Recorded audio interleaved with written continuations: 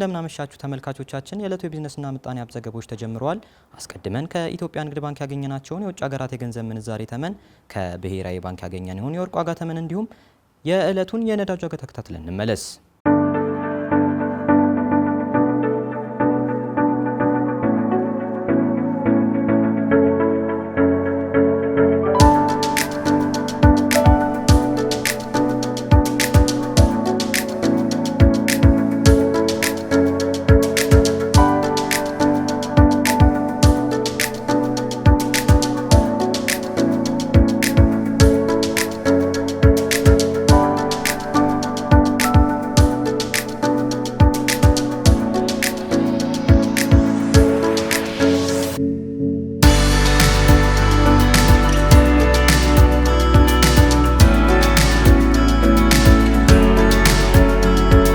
በምዕራብ ወለጋ ከበጋ መስኖ ከ3 ሚሊዮን ኩንታል በላይ የስንዴ ምርት መሰብሰቡ ተነገረ።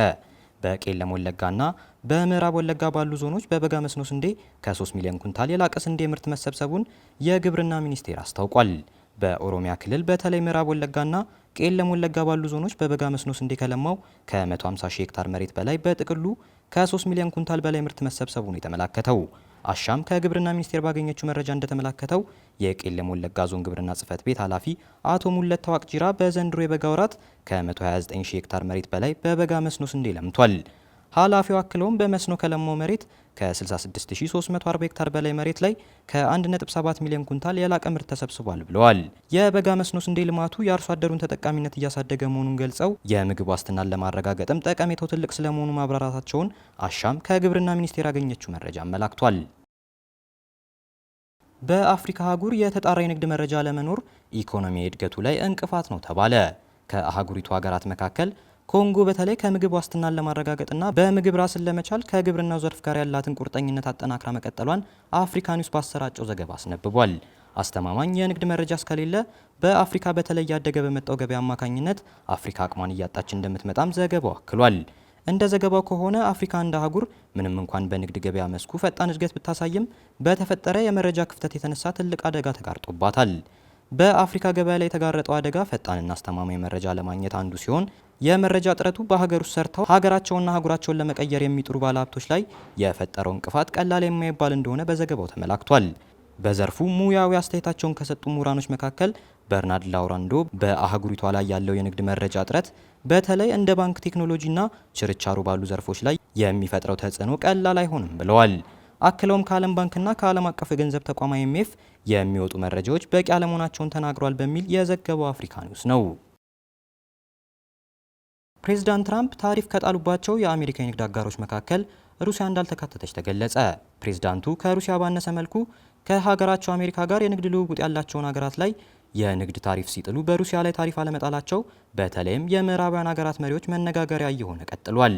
መሰረት ነቃ ፕሬዚደንት ትራምፕ ታሪፍ ከጣሉባቸው የአሜሪካ የንግድ አጋሮች መካከል ሩሲያ እንዳልተካተተች ተገልጿል። ፕሬዚደንቱ ከሩሲያ ባነሰ መልኩ ከሀገራቸው አሜሪካ ጋር የንግድ ልውውጥ ያላቸው ሀገራት ላይ የንግድ ታሪፍ ሲጥሉ በሩሲያ ላይ ታሪፉን አለመጣላቸው በተለይ የምዕራባውያንን ሀገራት መሪዎች መነጋገሪያ መሆኑ ተገልጿል። 47ኛው ልዕለ ኃያል በመሄድ ለምትነሳው ሀገር ፕሬዚደንት ሆነው ብቅ ያሉት ዶናልድ ጄ ትራምፕ በዓለም አቀፍ ደረጃ አዲስ የንግድ ጦርነት እያዋለዱ መሆናቸውን የሚናገሩት ባለሙያዎች የሚዘግቡት የዓለም አቀፍ መገናኛ አውታሮች በርካቶች ሆነዋል። ፕሬዝደንቱ የምርጫ ቅስቀሳ ካደረጉባቸው ነጥቦች መካከል አንዱ የሩሲያና የዩክሬንን ጦርነት ማስቆም እችላለሁ የሚለው ነጥብ ሲሆን ነጥቡ በተለይ የምዕራባውያን ሀገራት መሪዎችን ግራ ያጋባ እንደነበር የሚታወስ ነው። ይህ በእንዲህ እንዳለ በአሜሪካ ዳግም የፕሬዝደንትነትን እድል ያገኙት ትራምፕ በቻይና፣ በሜክሲኮ፣ በካናዳና በተለያዩ የንግድ አጋር ሀገሮች ላይ ታሪፍ ሲጥሉ በሩሲያ ላይ ታሪፍ አለመጣላቸው አነጋጋሪነቱን ቀጥሏል። በዘርፉ ላይ ዝርዝር ሀተታ ካሰራጩ ዓለም አቀፍ የሚዲያ ተቋማት መካከል አንዱ ቢቢሲ አሜሪካ በሩሲያ ላይ የጣለችው የቀደመ ማዕቀብ ትርጉም ያለው የንግድ ልውውጥን የሚከለክል በመሆኑ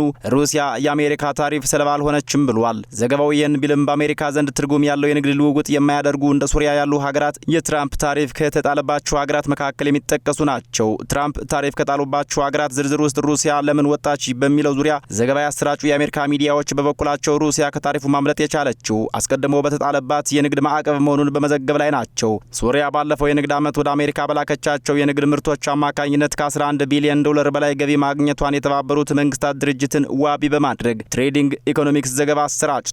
እንደ አውሮፓውያኑ ዘመነ መንግስት በ2022 በዩክሬንና በሩሲያ መካከል ጦርነት መፈንዳቱን ተከትሎ የአሜሪካ ማዕቀብ ሰለባ ከሆኑ የአህጉሩ ሀገራት መካከል ሩሲያ የምትጠቀስ ሲሆን የነጩ ቤተ መንግስት የፕሬስ ጸሐፊ ካሮላይን ሌቪት አሜሪካና ሩሲያ አሁን ላይ ያን ያክል የንግድ ልውውጥ የሚያደርጉ ሀገራት ባለመሆናቸው ታሪፍ መጣሉ ባለማስፈለጉ አልተጣለባትም ሲሉ መደመጣቸውን የአሜሪካዊ ሚዲያ አክሲዮስ ዘግቧል። በሌላ በኩል ሩሲያ ከትራምፕ የታሪፍ ዝርዝር ውስጥ ያልተካተተችበት በተጣለባት የንግድና መሰል ማዕቀቦች ምክንያት ነው በሚል የሩሲያ መገናኛ ብዙሃኖች በትናንትናው ዕለት ዘግበዋል። በሩሲያ ላይ ታሪፍ ያልተጣለው ለየት ያለ ቦታ ስለተሰጠን ሳይሆን የምዕራቡ ዓለም ማዕቀብ በሀገራችን ላይ ቀድሞ ነገር ስለተጣለ ብቻ ነው በሚል መንግስታዊ የሆነው ሩሲያ 24 ቴሌቪዥን ዘገባ አሰራጭቷል። በሌላ በኩል በሩሲያ የመንግስት የመገናኛ አውታሮች ሩሲያ በትራምፕ የታሪፍ ማሻሻያ መርሃ ግብር ውስጥ አለመካተቷ የምዕራቡን ዓለም ሀገራት ያናደደና ያበሳጨ ነው በማለት ላይ ናቸው። አሜሪካ ባለፈው ዓመት 2024 ዓመተ ምህረት ከ3.5 ቢሊዮን ዶላር የላቀ ምርቶችን ከሩሲያ ማስገባቷን በአሜሪካ የንግድ ጽሕፈት ቤት አስታውቋል።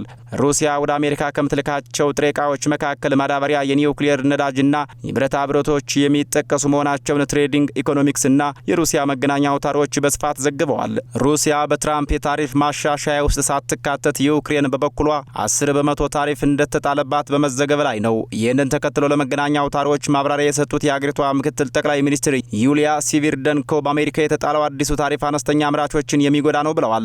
በማከልም ሀገራቸው ዩክሬን የተሻሻሉ ውሎችን ለማግኘት አበክራ እየሰራች ስለመሆኗ ተናግረዋል። ዩክሬን ባለፈው የንግድ ዓመት ወደ አሜሪካ የላከችው 847 ሚሊዮን ዶላር ግምት ያላቸው ግብአቶችን ሲሆን በግልባጩ ከአሜሪካ ያስገባችው ደግሞ 3.4 ቢሊዮን ዶላር ግምት ያላቸው ምርቶችን ስለመሆኑ ምክትል ጠቅላይ ሚኒስትሩ አክለው አብራርተዋል። በመጨረሻም በፕሬዝደንት ትራምፕ ታሪፍ ምክንያት የአሜሪካ አክሲዮን ገበያ በተለይ ከ2020 ወዲህ በከፍተኛ መጠን እያሽቆለቆለ መምጣቱ ተመላክቷል። በእርግጥ የፕሬዝደንቱን የታሪፍ ውሳኔ ተከትሎ ዓለም አቀፉ የንግድ አክሲዮን ገበያ በማሽቆልቆል ላይ መሆኑን የሚናገሩት ባለሙያዎችም ተበራክተዋል። በእስያ ፓሲፊክ ቀጠና አክሲዮን ገበያ ለሁለተኛ ጊዜ እየወረደ ሲሆን በ2022 በተለይ በኮቪድ ወረርሽኝ ወቅት ከወደቀ በኋላ ግዙፉ የአሜሪካ ኩባንያዎች ገበያ ዛሬ ላይ አስጨናቂ ቀናቶች እንደገጠሟቸው እየተነገረም ይገኛል። ዝርዝር ቢዝነስ ዘገባውን ለማሰናዳት ሩሲያ 24 ቴሌቪዥንን፣ ቢቢሲን፣ አክሲዮስ እና ሌሎች የመገናኛ አውታሮችን በማግኘት ተጠቅመናል። ተመልካቾቻችን የዕለቱ የቢዝነስና ምጣኔ ሀብት ዘገባዎች በዚሁ ተጠናቋል።